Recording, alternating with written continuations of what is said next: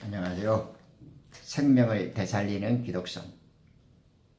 성경이 열리고 구원과 만나는 기독성. 일관독법 총괄 제설하는 기독선의 모선사입니다. 이 시간에는 이 죄의 시초면에서 죄의 몸통인 사탄, 우리가 옛뱀이나 영이라고 부르는 자가 어떻게 이 세상 죽음의 권세, 우리가 사망 권세라고 흔히 말하죠. 이 물의 제국, 그러니까 이제 이 창공 아래로 둘째 하늘과 첫째 하늘이라고 부르는 이 물의 제국의 왕이 되었는가, 어떻게 그가 이 권세를 가지게 되었는가, 그 성경적 기원과 그 유래, 그리고 그 사망 권세를 가졌다라는 그 뜻의 의미를 한번 더 되짚어 보겠습니다. 지금 이제 삼양 원리, 우리는 지금 잃어버린 고향, 그리고 실향에 있어서의 의미, 그리고 우리가 고향의 의미를 확연히 깨닫게 되어질 때 돌아갈 고향에 대한 의미를 제대로 깨닫게 되어지는 이 삼양 원리에 대해서 좀 투철해지고 있는 시간들 아닙니까? 그러니까 지금 이렇게 우리가 사탄과 또 우리가 그 하늘에서 추방당해져서 이 땅에서 어떻게 지금 존재하게 되었는가 하는 그 전후 사정들을 살펴보고 있잖아요.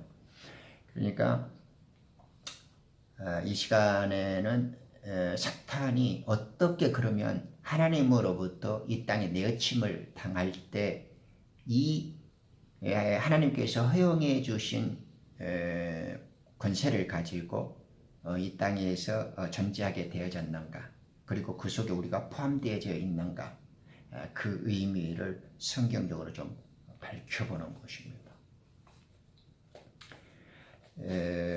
히브리서 2장 그 14절에 보면 아이들이 피와 살에 참여하는 자인 것 같이 그 역시 같은 모양으로 동일한 것의 일부를 가지신 것은 자신의 죽음을 통하여 죽음의 세력을 가진 자, 곧 마귀를 멸망시키시며 또 두려워함으로 평생을 노예로 속박되어 있는 자들을 놓아주시려 함이니라, 이렇게 말씀하죠.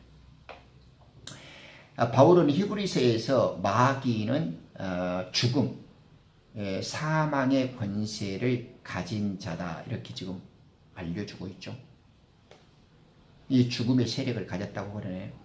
그러니까 이 죽음의 세력을 가진 자니까 우리 주님이 예수님 자신을, 하나님의 자신을 죽여가지고 이 죽음을 값을 치른 거죠. 그래서 이 죽음에 대한 권세를 깨뜨리고 이기려고 하시는 거죠. 그것이 곧 마귀를 멸망시키는 방법이라고 지금 설명하고 있는 겁니다. 각 사람은 위에 있는 권세자들에게 복종하라. 하나님께로부터 나오지 않는 권세는 없나니 모든 권세는 하나님께서 정하신 것이라. 너무 잘 아시죠? 로마서 13장 첫 구절에 나오는 말씀입니다. 성경 어디에도 사망 권세를 마귀에게 줬다, 이런 표현은 없습니다. 그러나 바울의 증거에 따르면 하나님으로부터 나오지 않는 권세 또한 없죠. 대신 하나님께서 당신의 손에서 떠나가도록 만들어줬다는 것을 볼 때 그것은 하나님의 동의와 허락이 있었다는 것은 우리가 어렵지 않게 알 수 있습니다. 그러므로 우리가 명확히 알 수 있는 것은 마귀가 가지게 된 죽음의 권세는 하나님께서 허용해 주신 것임을 알 수 있죠. 우리는 어떻게 마귀가 사망 권세를 획득하게 되었는지 그것을 좀 밝혀보기로 하겠습니다. 이 비밀한 속사정들은 너무 중요합니다. 창세전부터 감추어진 비밀을 포함하여 현재 우리가 당하고 부딪히는 모든 삶들이 바로 마귀와 그의 대적자들의 권세 아래서 빚어지고 있는 까닭이기 때문입니다. 깊이 있게 그리고 조심스럽게 거룩한 주님의 도움을 받아 성경들을 살펴보아야만 합니다. 그래야 이 비밀한 내적인 삶의 환희를 만끽할 수 있습니다. 흔히들 말하듯이 너무 막연하게 이 땅에 타락한 천사들이 마귀가 되고 그래서 죽음이 있는 것이야 이렇게 너무 단순하게 말하면 진리에서 동떨어진 이야기가 되고 맙니다. 불멸의 세계, 하늘에 있는 영들에게는 죽음이 없어요. 그죠? 영은 불멸의 존재니까요. 그런데 영들에게는 죽음이 없는데도 성경에서는 사망이 있다고 하잖아요. 계시록 21장 8절에 보면 그죠? 사망이 있어요. 그러면 불멸의 존재인데 죽음이 있다. 말이 좀 안 맞잖아요. 그러니까 정확히 알아야 되겠죠. 죽는다는 뜻을요. 두려워하는 자들과 믿지 아니하는 자들과 가증스러운 자들과 살인자들과 음행하는 자들과 모든 거짓말하는 자들은 유황과 불의 연못이 그들의 것이 되리니 이것이 둘째 사망이라. 계시록 21장 8절에 나옵니다. Which is the second death. 둘째서 이게 죽는 불멸의 존재인 천사들, 즉 영적 존재들에게도 죽음이라는 것이 있다라는 말입니다. 그러니까 그 영이 구원받지 못한 자들이 마귀와 함께 떨어지는 곳을 지금 꺼지지 않는 불못이라고 유황이 있는 곳이라고 말씀하잖아요. 이 사망은 밤낮 고통을 받는 영원 무궁한 사망이죠. 계시록 20장 10절에. 그러니까 우리가 지금 사망이나 죽음이란 단어를 성경적으로 정확히 알아요. 우리가 이해하는 것이 중요한 것이 아닙니다. 성경이 성경을 말하는 하나님이 제시하는 단어, 성경이 쓰고 있는 뜻을 우리가 발견해서 그대로 적용시키고 그대로 알아듣고 깨닫는 것이 중요하지, 단어가 같고 소리가 같다고 해서 우리가 해석할 필요는 없다 그런 말입니다. 성경에서 죽음을, 영적 존재에게 죽음을 어떻게 이야기하고 있는가 우리가 그걸 알아야죠. 그러니까 둘째 사망이라는 성경적 뜻을 우리가 통해서 알 수 있는 것이, 죽음은 첫째 하나님의 심판이라는 겁니다. 그죠? 둘째 죽음은 하나님과의 분리죠. 영적 존재고 천사들은 불멸의 존재고 죽지 않는데 왜 그들을 죽었다고 말하냐. 네. 하나님이 심판하셨고 하나님과 떠나 있어서 하나님의 은혜와 사랑에서 하나님의 생명과의 차단되고 분리되어져서 단절되어 버렸다는 거죠. 그것이 하나님의 심판이고 하나님과의 관계가 끊어졌다라는 것을 죽음이라고 하고 있구나라는 성경적 언어의 진술에서 우리는 밝히 깨달을 수 있습니다. 이 사실은 알기 쉽죠. 그러니까 성경에서 죽음을 이야기할 때 하나님과의 분리, 하나님을 떠난 자, 하나님과의 심판되어져서 회복되지 않는 자들을 죽음이라고 말하고 있고, 이 죽음의 권세를 갖고 있다는 것을 하나님에서 떠난 자요, 하나님의 은혜에서 차단돼 가지고 심판을 받은 자라는 사실을 정확히 이해하고 있어야 됩니다. 이 기복이 투철하지 않으면 안 됩니다. 죽었다라는 표현을 우리가 상식적으로 인간적인 수준과 우리들의 경험에서 아는 단어로 사용하면 결코 성경은 개판되는 거죠. 네, 그러면 이제 우리는 또 성경이라는 창작 소설을 쓰게 됩니다. 우리는 절대 그러지 말고 기독교는 성경이 말하는 그 진실, 성경이 말하는 아버지의 뜻을 그대로 순수하게 이해해서 같은 언어, 성경이 말하는 그 뜻으로 사용해 줌이 옳은 표현이고 옳은 말이죠. 이런 사실로 비춰볼 때 히브리서 2장 14절에서 죽음을 통하여 사탄은 사망의 권세를 잡았다 보는 겁니다.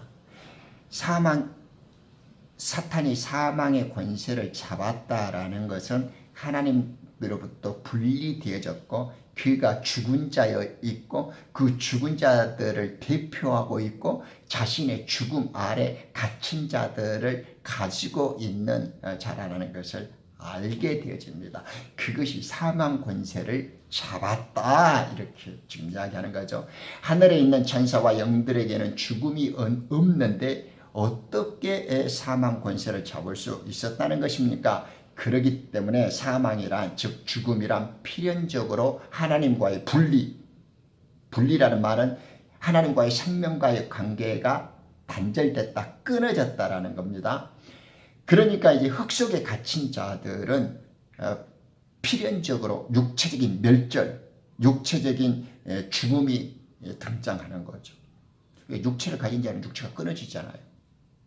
왜냐하면 영적인 죽음을 알 수가 없기 때문에 육체적인 죽음을 통해서 영적 죽음을 함께 아는 거죠. 그것이 지리포천에서 땅을 입혀주시는 영원한 존재의 비밀을 알지 못하니까 보이는 것들을 통해서 보이지 않는 진리를 우리들에게 땅의 이치를 풀어서 비유로 깨닫게 해주시는 겁니다. 그것이 죽음이라는 의미죠. 사망의 권세를 잡았다 하면 하나님과의 생명적인 교제가 끊어져서 이 땅으로 내던져짐으로써 심판을 받았다는 것입니다. 육체의 몸을 취했지만 그 흙집은 또한 반드시 죽어짐을 당한다는 것을 알 수 있습니다. 육체에 갇혔다는 것은 육체가 죽죠. 흙은 썩고 부패하고 늘 변질되는 것이죠. 썩어질 것밖에 안 됩니다. 육체로 영원하고 육체로 살 것 같아. 그 정신병자 개소리입니다. 그죠? 흙을 입고 있는 자들이 어떻게 진흙이 더러워진 상태에서 깨끗한 영을 갖고 산다는 겁니다. 그건 하나님을 모독하고 성경적 진리를 왜곡하는 겁니다.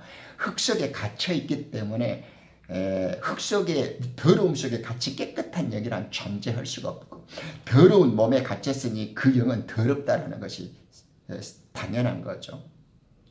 그래서 이 썩어질 몸에 갇혔다라는 것이 사탄 안에 있고 사탄은 그 권세를 갖고 자기 세계를 운영하고 있는 대표자다 말이죠. 통치자입니다.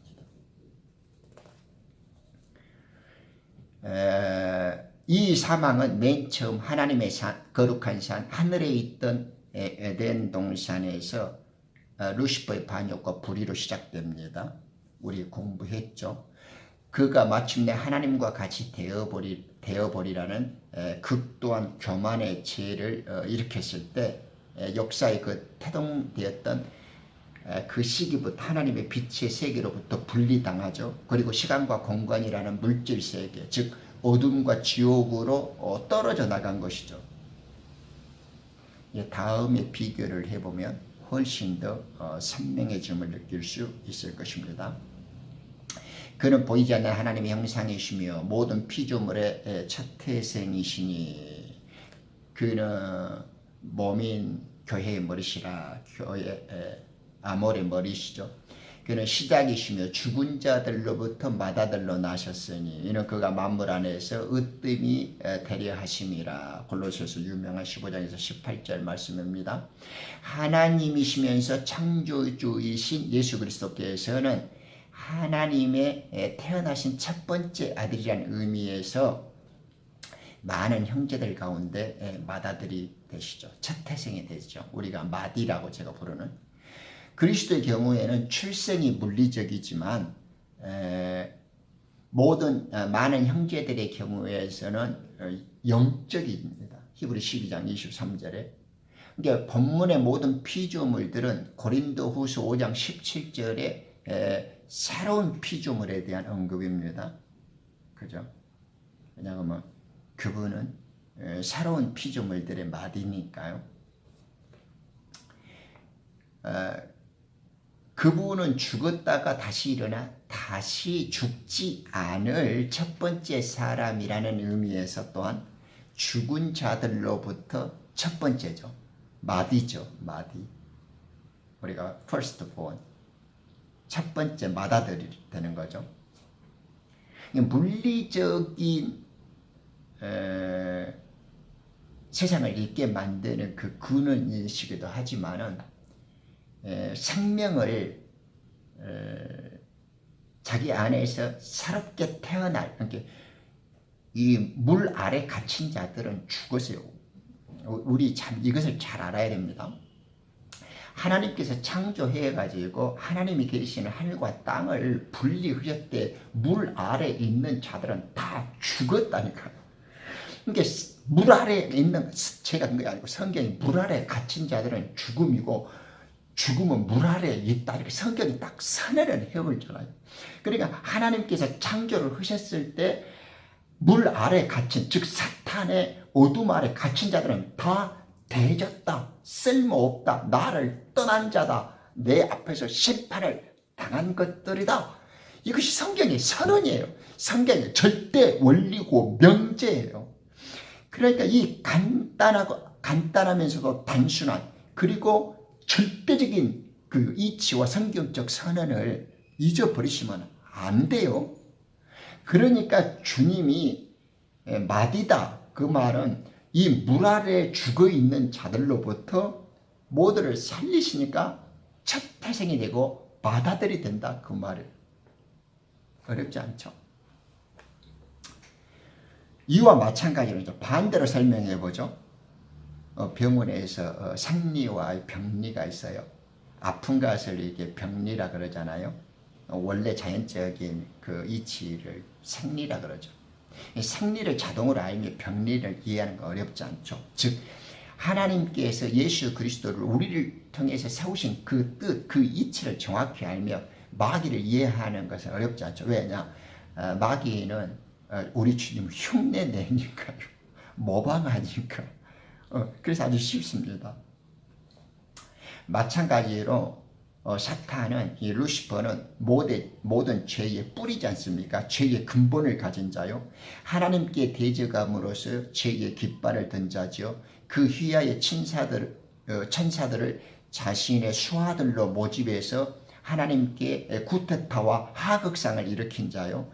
그 대가로 셋째 하늘에서 내어 쫓김을 당해 이 어둠의 지옥으로 심판을 당한 자요. 하늘의 몸을 박탈당했기에 땅의 흙을 집으로 만들어야만 했던 자요. 흙의 몸은 반드시 한 번 죽음을 당해야 했기에 사탄은 이 죽음의 권세를 잡은 자다. 이렇게 지금 말해지는 것입니다. 그래서 그가 죄의 으뜸이요, 악의 첫 태생이요, 죽음의 창시자요, 그 자신이 바로 죄와 사망 자체가 되는 거죠. 별로 어렵지 않죠? 네, 똑같이 생명의 첫 태생이고 그 근원이 되시는 주님처럼 사탄, 이 세상의 어둠이라고 불리고 이 바다의 통치자라고 불리는 자도 똑같이 어둠과 죄의 창시자고 이 죽음의 첫 태생이고 그 실권, 그 권세를 잡고 있는 자입니다. 그러면 이 사탄의 사망 권세는 물질적으로 또 육체적으로 무엇인가요? 그것은 신체적인 우리의 죽음입니다. 영적으로 하나님과의 생명적 분리, 그리고 하나님께로 심판을 당해서 죽음이라는 것을 우리 첫째 배웠죠.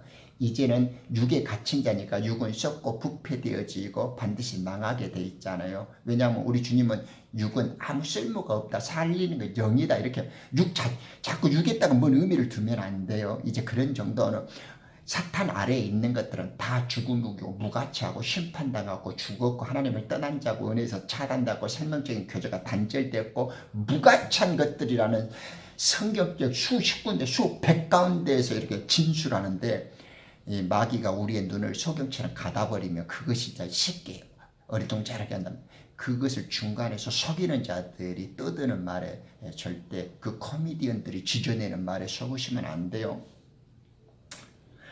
그러면 지금 우리 육체적인 죽음, 사망 권세, 죽음의 권세를 설명합니다. 이 어둠의 세상 안으로 육신의 몸을 입고 범죄한 천사들의 영은 모두 셋째 하늘에서 루시퍼의 속삭임을 받았던 자들이죠. 그러니까 그 타락한 영들이 육체 가운데 지금 투옥된 거잖아요. 동일하게 하나님의 심판을 거쳐 하늘로부터 내던져진 자들이란 걸 이제 우리가 공부를 많이 했죠. 이런 자들은 처음부터 마귀의 종이고 마귀의 포로들로서 죽음의 권세 아래 소속이 된 겁니다.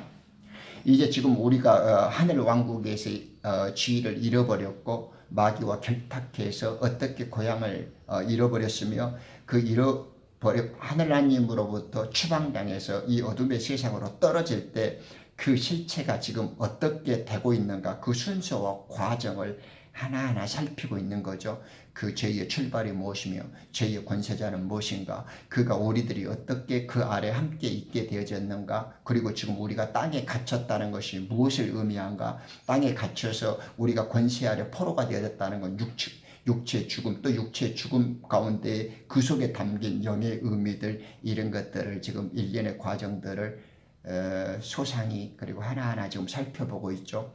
이것들까지는 전혀 이해하는데 어려움이 없으시죠? 지금 우리가 쉬는 물처럼, 흐르는 물처럼 차근히 성경을 따라가고 있으니까요. 이제 이 진리를 이제까지 잘 이해해 왔다면 다윗이 시가서 143편에 아주 정확하고 골 때리는 말씀을 이제 해줍니다. 이런 것을 보면 성경의 그 엄밀함과 정교함, 하나님 진리의 그 처음부터 끝까지의 그 완성도, 이런 것들 정말, 이런 것을 보면 밥 먹는 걸 잊게 되어지고 잠자는 것을 잊게 되어지죠.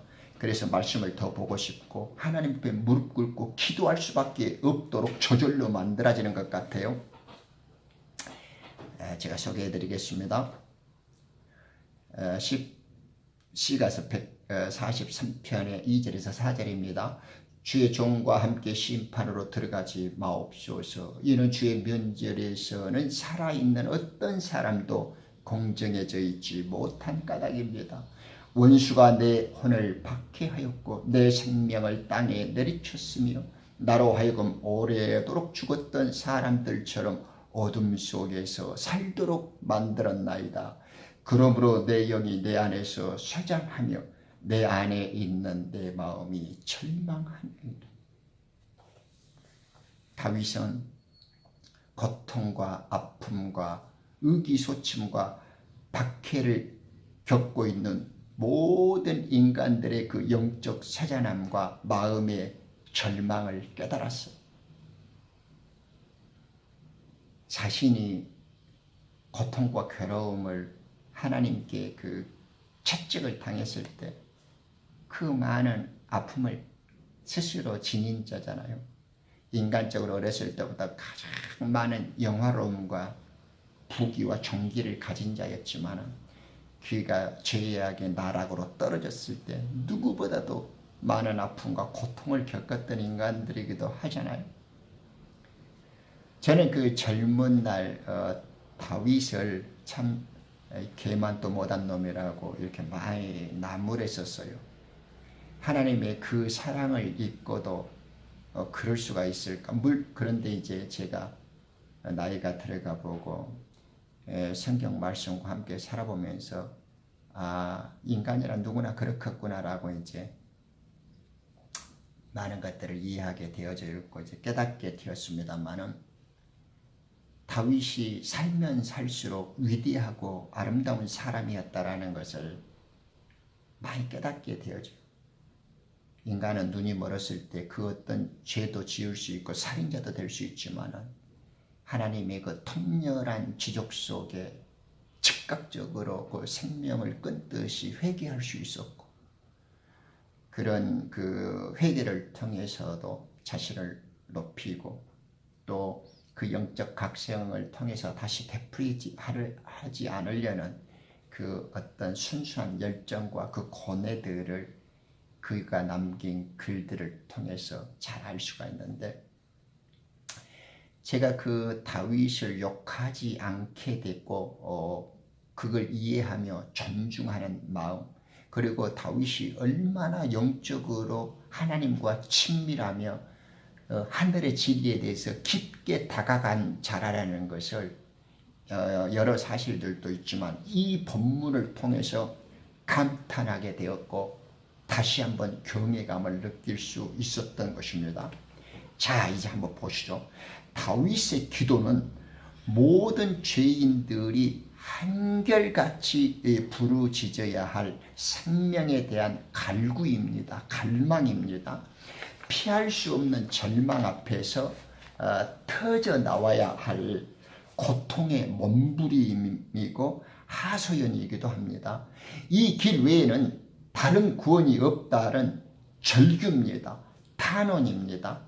다윗은 이 땅에 태어난 것을 사탄의 박해, persecuted라고 합니다. 그가 자신의 생명을 땅에 내리쳤다라고 고백합니다. 다윗의 진술, 다윗의 표현은 정말 이 무오선사의 가슴을 먹먹하게 만들고, 이 영적으로 위대한 사람이 생명의 진실에 대해서 얼마나 높은 통찰과 위대한 견해를 가졌는가를 정확히, 이것이 바로 하나님의 마음을 가진 자라는 것을, 왜 다윗이 하나님 마음에 합했고 하나님의 마음을 가졌는지를 잘 이해를 못했는데, 사람이 그저 좀 뛰어났다, 멋있었다, 훌륭한 사람이었다, 저는 이런 다윗이라면 하나도 동의하지 않았을 겁니다. 그보다 더 멋진 사람들이 얼마든지 많으니까. 이 말씀을 볼 때 다윗이 하나님의 마음을 가진 자라는 것을 동의하는 겁니다. 이것이 기독교의 무오선사의 동의이고 지지이기도 합니다. 다윗 보십시오. 이가 지금 140 2편 몇 절입니까? 3편이고요. 2절에서 4절입니다. 지금 C가서 143편 2절에서 4절입니다. 이거 보십시오. 좀 기억해 두시면 됩니다. 이 지금 다윗의 탄원을 보십시오. 이 다윗이 어떻게 지금 말하냐 그러면,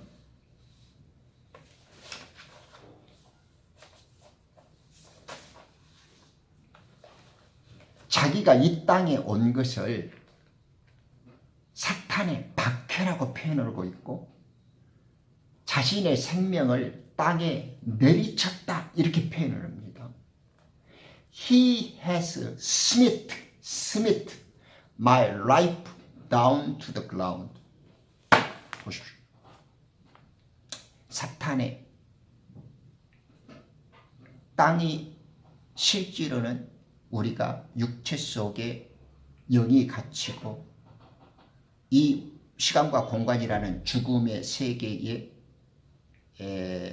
내던짐을 당한 것은 하나님의 심판이었고, 하나님께서 우리들의 생명을 분리시키신 것이죠. 창조 요결로 표현하면 이 선택과 분리를 하신 다음에 타락하고 배신을 한 천사들을 투옥시키고 감금시킨 겁니다. 그것이 하나님의 의로운 심판이었죠. 그런데 이 원인을 제공한 사탄이 실제 그 일을 단행하시도록 만든 그 제공자와 그 원인이 사탄이랬지 않습니까? 우리는 하늘의 천사로 있을 때에 사탄의 유혹에 그 꾀임에 빠진 이브처럼 그에게 속았던 하늘의 천사들이었단 말입니다. 그런데 하나님이 물질 세계를 만들어서 우리를 흙 속에, 감옥 속에, 이 포로 수용소라는 지옥에 내던졌지만은, 다윗은 나를 땅에 내던진 자가 사탄이었고 이 사탄이 나를 박해했다 이렇게 지금 말하는 겁니다. 비록 하나님의 의로우신 심판을 받아 땅으로 내던져짐을 받았음에도 불구하고 다윗은 그것이 마치 하나님과는 아무 상관도 없이 오직 그 원수 사탄 때문이었다고 밝히는 거죠. 그 원수로 인하여 모두는 죽었던 것이고 또 죽은 자가 되어 어둠에서 살게 되는 것입니다. 그러기에 다윗은 그 원수가 자신을 어둠 안에서 살게 되도록 만들었다 이렇게 표현하고 있는 겁니다. He has made me, 그가 나를 이렇게 만들었죠. 어떻게 만들었어요? to dwell in darkness. 이 어둠 속에 살도록 만들었다. 그가 누가? 사탄이. 생각해 보십시오. 빛밖에 없고 사랑밖에 없고 선하신 그분이 우리를 자신으로부터 분리시켜서 쪼개가지고 이 땅에 버려서 우리를 죽음과 사탄에게 내어 주시고 싶었겠습니까? 하나님이? 아니죠. 하나님 속에는 악이라는 것이, 어둠이라는 것이, 불이라는 것이 있을 수 없습니다. 그런데 하나님의 그 마음을 이 땅에서 누가 말해줍니까? 예수님은 하나님의 뜻과 마음을 전해줬죠. 그분 자신이 하나님으로 계셨으니까. 그러나 이 땅에서 하나님의 마음을 전달해주고 표현해주는 이 유일하게 창세전의 비밀을 갖고 죄악의 실상과 자기 존재의 그 실체, 이 비밀한 일들을 하나님의 마음으로 표현하고 그것을 제대로 읽어내주고 있는 사람이 바로 다윗입니다. 저는 개인적으로 이 글을 읽었을 때 과연 다윗은 하나님의 마음을 가진 사람이었고, 물론 저도 이 글을 읽기 전에 이와 비슷한 마음을 느끼고 있었는데 다윗이 꼭 저의 마음을 들추어서 함께 표현해주고 있는 마음을 가질 때 하나님의 영의 역사는 동일하구나. 말씀은 우리를 하나로 되게 만들기에 충분하다는 것을 더 소망스럽게 느낄 수가 있었습니다. 그 원수로 인하여 모두는 죽었던 것이고 또한 죽은 자가 되어서 어둠에서 살게 된 것입니다. 그래서 다윗은 그 원수가 자신을 이 어둠 안에서 살게 만들었다. 이렇게 얼마나 하나님은 우리를 내던지고 싶고 그 생명과 은혜 안에서 끊어버리고 싶은 분이 아니었습니다. 그래서 다윗은 자기가 죄 속에서 살고 모태에서부터 죄 중에서 태어나고 이 죄악이 자기가 쉽게 끊어낼 수 없다라는 그 절망 속에서 탄식할 때 이 원수가 나를 이 어둠에 떨어뜨렸고 이 원수가 나를 쳐서 땅에 내던졌고 이 원수가 나를 어둠 속에서 살도록 만들었구나. 이렇게 이 영적 비밀을 통탄하고 절규하고 우리들을 향해서 하소연을 해주는 겁니다. 하나님이 내던진 게 아니라 이 원수가 나를 속였고 이 원수가 내가 짝짝꿍했고 이 원수 때문에 결국에는 이 원수가 나를 핍박한 꼴이 됐고 이 원수가 나를 속여갖고 나를 결국 이 어둠과 죽음과 이 죄악 속에 나로 살게 만들었. 다윗이 말했던 그 원수가 바로 이 어둠의 주관자 사탄이라는 사실은 이미 다 아시겠죠? 죽음은 죄로부터 온 것입니다. 그러면 죄는요, 토라에서 나오죠. 왜냐하면 그 법이 없는 곳에는 죄가 없잖아요. 법이 있기 때문에 감추어지고 보이지 않았던 죄가 드러나는 것이죠. 그래서 죄는 그 법 토라로부터 나온다라고 성경이 말하는 겁니다. 우리가 만약에 죄가 바깥으로 보이지 않도록 해주지 않는다면 우리 속에 감춰진 은밀한 것들, 육의 껍데기 속에 안에 들어있는 영의 실체를 알 수 있습니까? 모르죠. 그러니까 우리 속에 들어있는 있지만 우리가 모를 수 있는 것들을 하나님의 법 토라에 비춰보면 우리 속에 들어있는 마음, 그 영의 실체, 그 악한 영들의 활동들을 알 수 있는 거죠. 그래서 죄가 토라로부터 나온다. 즉 그 법이 있기 때문에 감추어졌고 보이지 않았던 우리 마음의 속의 영들과 그 은밀한 것들이 드러난다. 이러죠. 이런 비밀을 사도 바울은 명쾌하게 밝혀줍니다. 이런 연유로 한 사람에 의해서 죄가 세상에 들어오고 그 죄에 의하여 사망이 왔으니 그러므로 모든 사람이 죄를 지었으므로 사망이 모든 사람에게 전달되었느니라. 그 법 토라가 있기 전에도 죄가 세상에 있었으나 그 법이 없었을 때에는 죄를 죄로 여기지 아니하였느니라. 그러나 아담으로부터 모세까지 아담의 범죄와 같은 죄를 짓지 아니하냐 자들 위에도 사망이 군림하였으니 아담은 오실 분의 모형이라. 유명한 로마서 5장 12절 14절 말씀이죠. 이 말씀을 읽을 때마다 나는 아담을 아담 예수님 혹은 아담 선지자라고 부르길 좋아합니다.